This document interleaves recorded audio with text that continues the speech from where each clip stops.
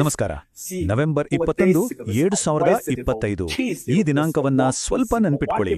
ಯಾಕಂದ್ರೆ ಭಾರತದ ದುಡಿಯೋ ವರ್ಗದ ಭವಿಷ್ಯ ಅಕ್ಷರಶಃ ಬದಲಾಗುವ ದಿನವದು.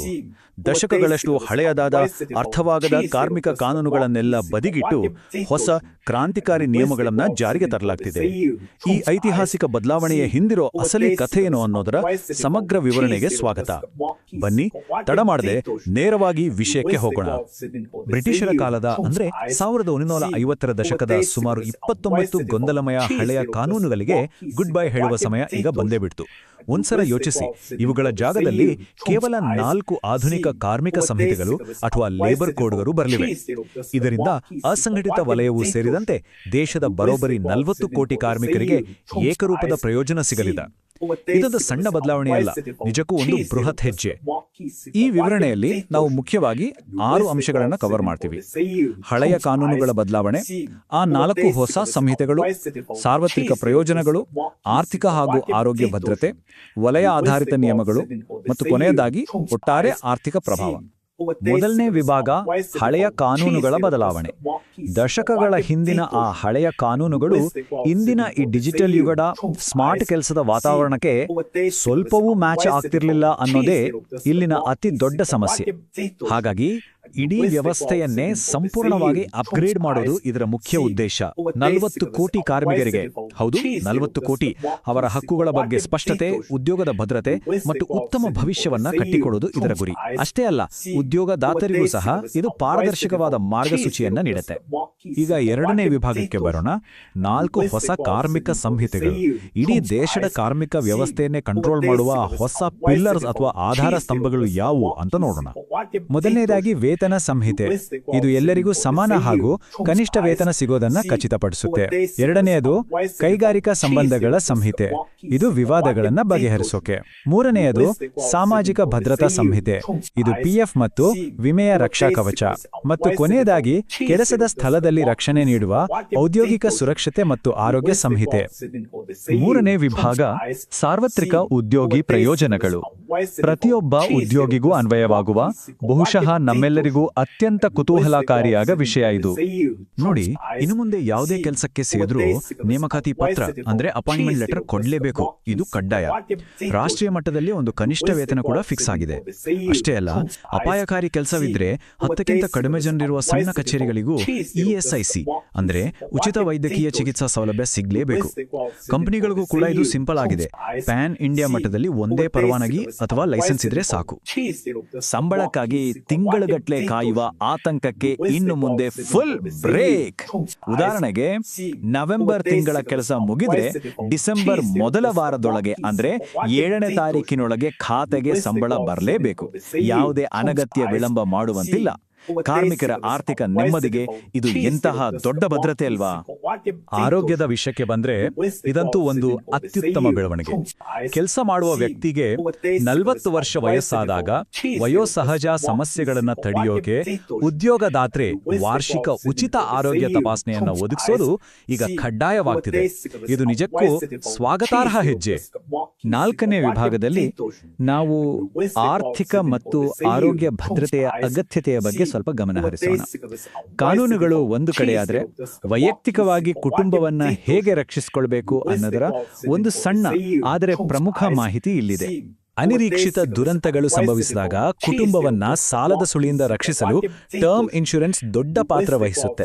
ಕೇವಲ 400 ರಿಂದ 500 ರೂಪಾಯಿ ಪ್ರೀಮಿಯಂನಲ್ಲಿ ಬರೋಬ್ಬರಿ 1 ಕೋಟಿವರೆಗೂ ಕವರೇಜ್ ಪಡೆಯಬಹುದು. ಹಾಗೆ ಆಸ್ಪತ್ರೆಯ ಲಕ್ಷಾಂತರ ರೂಪಾಯಿ ಬಿಲ್ಗಳಿಂದ ಪಾರಾಗಲು ಆರೋಗ್ಯ ವಿಮೆ ಕೂಡ ಅತ್ಯಗತ್ಯ. ಮೂಲಗಳ ಪ್ರಕಾರ ಪಾಲಿಸಿ ಬಜಾರ್ನಂತಹ ವೇದಿಕೆಗಳಲ್ಲಿ 81ಕ್ಕೂ ಹೆಚ್ಚು ಕಂಪನಿಗಳನ್ನ ಕಂಪೇರ್ ಮಾಡಿ ಕೇವಲ 30 ನಿಮಿಷದ ತ್ವರಿತ ಕ್ಲೈಮ್ ಸಪೋರ್ಟ್ನೊಂದಿಗೆ ಸೂಕ್ತವಾದ ವಿಮೆಯನ್ನ ಸುಲಭವಾಗಿ ಆಯ್ಕೆ ಮಾಡಿಕೊಳ್ಳಬಹುದು. ಸರಿ, ಈಗ 5ನೇ ವಿಭಾಗ, ವಲಯ ಆಧಾರಿತ ನಿಯಮಗಳು. ಅಂದ್ರೆ ನಿರ್ದಿಷ್ಟ ಕೈಗಾರಿಕೆಗಳಿಗೆ ಈ ಹೊಸ ಕಾನೂನುಗಳು ಏನೆಲ್ಲ ಬದಲಾವಣೆಗಳನ್ನ ತರುತ್ತಿವೆ ಅಂತ ನೋಡೋಣ. ಕಾಂಟ್ರಾಕ್ಟ್ ಉದ್ಯೋಗಿಗಳ ಪಾಲಿಗೆ ಇದೊಂದು ಅತಿ ದೊಡ್ಡ ಗೆಲುವು ಅಂತಾನೆ ಹೇಳಬಹುದು. ಹಿಂದೆಲ್ಲ ಗ್ರಾಚ್ಯುಟಿ ಹಣ ಪಡಿಬೇಕು ಅಂದ್ರೆ ಒಂದೇ ಕಡೆ ಕನಿಷ್ಠ 5 ವರ್ಷ ಸತತವಾಗಿ ಕೆಲಸ ಮಾಡಬೇಕಿತ್ತು. ಆದರೆ ಹೊಸ ನಿಯಮದ ಪ್ರಕಾರ ಕೇವಲ 1 ವರ್ಷ ಕೆಲಸ ಮಾಡಿದರೂ ಸಾಕು ಗ್ರಾಚ್ಯುಟಿ ಪಡೆಯಲು ಅರ್ಹತೆ ಸಿಗುತ್ತೆ. ಸ್ವಿಗ್ಗಿ, ಝೊಮ್ಯಾಟೊ ಅಥವಾ ಊಬರ್ನಂತಹ ಪ್ಲಾಟ್ಫಾರ್ಮ್ಗಳಲ್ಲಿ ಹಗಲಿರುಳು ದುಡಿಯುವ ಗಿಗ್ ಕಾರ್ಮಿಕರಿಗಂತೂ ಇದು ಕ್ರಾಂತಿಕಾರಿ ಸುದ್ದಿ. ಇತಿಹಾಸದಲ್ಲಿಯೇ ಮೊದಲ ಬಾರಿಗೆ ಅವರಿಗೂ ಸಾಮಾಜಿಕ ಭದ್ರತೆ ಸಿಗ್ತಿದೆ. ಕಂಪನಿಗಳು ತಮ್ಮ ಲಾಭದ 1-2% ಈ ಕಾರ್ಮಿಕರ ಪಿಎಫ್, ಇಎಸ್ಐ ಮತ್ತು ಜೀವ ಭದ್ರತೆಗಾಗಿ ಕಡ್ಡಾಯವಾಗಿ ಮೀಸಲಿಡಲೇಬೇಕಾಗ್ತದೆ. ಮಹಿಳಾ ಸಬಲೀಕರಣದ ನಿಟ್ಟಿನಲ್ಲಿ ಇದೊಂದು ದೊಡ್ಡ ಮೈಲಿಗಲ್ಲು. ಸಮಾನ ಕೆಲಸಕ್ಕೆ ಸಮಾನ ವೇತನ ಈಗ ಸಂಪೂರ್ಣ ಕಡ್ಡಾಯ. ಸೂಕ್ತ ಭದ್ರತೆ ಮತ್ತು ಒಪ್ಪಿಗೆಯೊಂದಿಗೆ ರಾತ್ರಿ ಪಾಳಿಯಲ್ಲೂ ಕೆಲಸ ಮಾಡಬಹುದು. ಅಷ್ಟೇ ಅಲ್ಲ, ಗಣಿಗಾರಿಕೆ ಮತ್ತು ಭಾರಿ ಯಂತ್ರೋಪಕರಣಗಳ ಕ್ಷೇತ್ರದಲ್ಲೂ ಈಗ ಮಹಿಳೆಯರಿಗೆ ಮುಕ್ತ ಅವಕಾಶ ನೀಡಲಾಗಿದೆ. ಜೊತೆಗೆ ಕುಂದುಕೊರತೆ ಸಮಿತಿಗಳಲ್ಲಿ ಕಡ್ಡಾಯ ಪ್ರಾತಿನಿಧ್ಯ ಕೂಡ ಸಿಗ್ತಿದೆ. ದೈನಂದಿನ ಕಾರ್ಯಾಚರಣೆಯಲ್ಲೂ ಎಷ್ಟೊಂದು ಮಹತ್ವದ ಬದಲಾವಣೆಗಳಿವೆ ನೋಡಿ. ಕಾರ್ಪೊರೇಟ್ ಐಟಿ ವಲಯದಲ್ಲಿ 7ನೇ ತಾರೀಕಿನೊಳಗೆ ಸಂಬಳ, ಕಟ್ಟುನಿಟ್ಟಿನಾದ ಕಿರುಕುಳ ವಿರೋಧಿ ನೀತಿಗಳು ಜಾರಿಯಾಗಲಿವೆ. ಮಾಧ್ಯಮ ವಲಯದಲ್ಲಿ ಓವರ್ ಟೈಮ್ಗೆ ಡಬಲ್ ಸಂಬಳ ಕಡ್ಡಾಯ. ಎಂಎಸ್ಎಂಇ ಕಾರ್ಖಾನೆಗಳಲ್ಲಿ ಕ್ಯಾಂಟೀನ್ ಸೌಲಭ್ಯ ಒದಗಿಸಲೇಬೇಕು. ಹಾಗೆ ಗಾರ್ಮೆಂಟ್ಸ್ ಕಾರ್ಮಿಕರು ತಮ್ಮ ಬಾಕಿ ವೇತನಕ್ಕಾಗಿ 3 ವರ್ಷಗಳವರೆಗೂ ಕ್ಲೈಮ್ ಸಲ್ಲಿಸುವ ಅವಕಾಶ ಪಡೆದಿದ್ದಾರೆ. ಭಾರಿ ಕೈಗಾರಿಕೆಗಳಲ್ಲಿನ ಬ್ಲೂ ಕಾಲರ್ ಉದ್ಯೋಗಿಗಳಿಗೂ ಈಗ ಹೆಚ್ಚಿನ ರಕ್ಷಣೆ. ಬೀಡಿ ಕಾರ್ಮಿಕರಿಗೆ ವಾರಕ್ಕೆ ಗರಿಷ್ಠ 40 ಗಂಟೆ ಮಾತ್ರ ಕೆಲಸ ಮತ್ತು 30 ದಿನಗಳ ಬೋನಸ್. ತೋಟದ ಕಾರ್ಮಿಕರಿಗೆ ರಾಸಾಯನಿಕ ಸುರಕ್ಷತೆ ಹಾಗೂ ಅವರ ಮಕ್ಕಳಿಗೆ ಶಿಕ್ಷಣ ಸೌಲಭ್ಯ. ಗಣಿ ಕಾರ್ಮಿಕರಿಗೆ ಗರಿಷ್ಠ 48 ಗಂಟೆಗಳ ಮಿತಿ ಹಾಗೂ ಪ್ರಯಾಣ ವಿಮೆ. ಜೀವದ ಹಂಗು ತೊರೆದು ದುಡಿಯುವ ಈ ವರ್ಗಕ್ಕೆ ಇದೊಂದು ನಿಜವಾದ ರಕ್ಷಾ ಕವಚ ಅಲ್ವಾ? ಕೊನೆಯದಾಗಿ 6ನೇ ವಿಭಾಗ, ಆರ್ಥಿಕತೆಯ ಮೇಲಿನ ವ್ಯಾಪಕ ಪ್ರಭಾವ. ನಿರ್ದಿಷ್ಟ ನಿಯಮಗಳನ್ನು ಬದಿಗಿಟ್ಟು ಸ್ವಲ್ಪ ವಿಶಾಲವಾಗಿ ನೋಡಿದ್ರೆ, ಈ ಎಲ್ಲಾ ಬದಲಾವಣೆಗಳು ಒಟ್ಟಾರೆಯಾಗಿ ನಮ್ಮ ಕೆಲಸದ ಸಂಸ್ಕೃತಿಯನ್ನು ಹೇಗೆ ಬದಲಾಯಿಸುತ್ತವೆ? ಮೊದಲಿಗೆ, ಕೆಲಸದ ಸ್ಥಳದಲ್ಲಿ ತೃತೀಯ ಲಿಂಗಿಗಳ ವಿರುದ್ಧ ಯಾವುದೇ ರೀತಿಯ ತಾರತಮ್ಯ ಮಾಡುವಂತಿಲ್ಲ.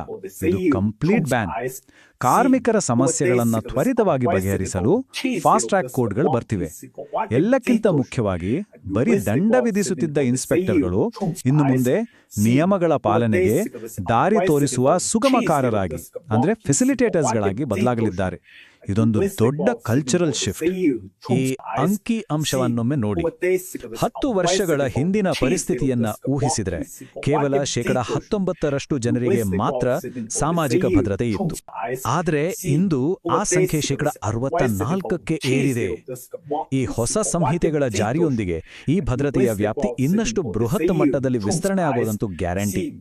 ಮೂಲಗಳ ಪ್ರಕಾರ ಇಡೀ ಬದಲಾವಣೆಯ ಅಂತಿಮ ಗುರಿಯನ್ನ ಒಂದು ವಾಕ್ಯದಲ್ಲಿ ಹೇಳೋದಾದ್ರೆ, ದುಡಿಯುವ ವರ್ಗಕ್ಕೆ ಉತ್ತಮ ಭವಿಷ್ಯ ಮತ್ತು ಭದ್ರತೆಯನ್ನ ನೀಡಲು ಈ 4 ಹೊಸ ಸಂಹಿತೆಗಳನ್ನ ತರಲಾಗಿದೆ.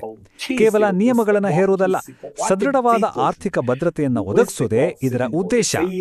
ಈಗ ನಮ್ಮೆಲ್ಲರ ಮುಂದಿರುವ ಅತಿ ದೊಡ್ಡ ಪ್ರಶ್ನೆ ಇದು: ನವೆಂಬರ್ 2025ರ ವೇಳೆಗೆ ಇಡೀ ದೇಶದ ವ್ಯವಹಾರಗಳು ಈ ಅತ್ಯಂತ ಪ್ರಗತಿಪರ ಮತ್ತು ಕಾರ್ಮಿಕ ಸ್ನೇಹಿ ನಿಯಮಗಳಿಗೆ ಎಷ್ಟು ವೇಗವಾಗಿ ಹೊಂದಿಕೊಳ್ಳುತ್ತವೆ? ಕಾಗದದ ಮೇಲಿರುವ ಈ ಭರವಸೆಯ ನೀತಿಗಳು ನೈಜ ಜಗತ್ತಿನ ಕಾರ್ಮಿಕರ ಬದುಕಿನಲ್ಲಿ ತರುವ ಬದಲಾವಣೆಗಳನ್ನ ನಾವು ನಿಜಕ್ಕೂ ಕಾದು ನೋಡಬೇಕಿದೆ.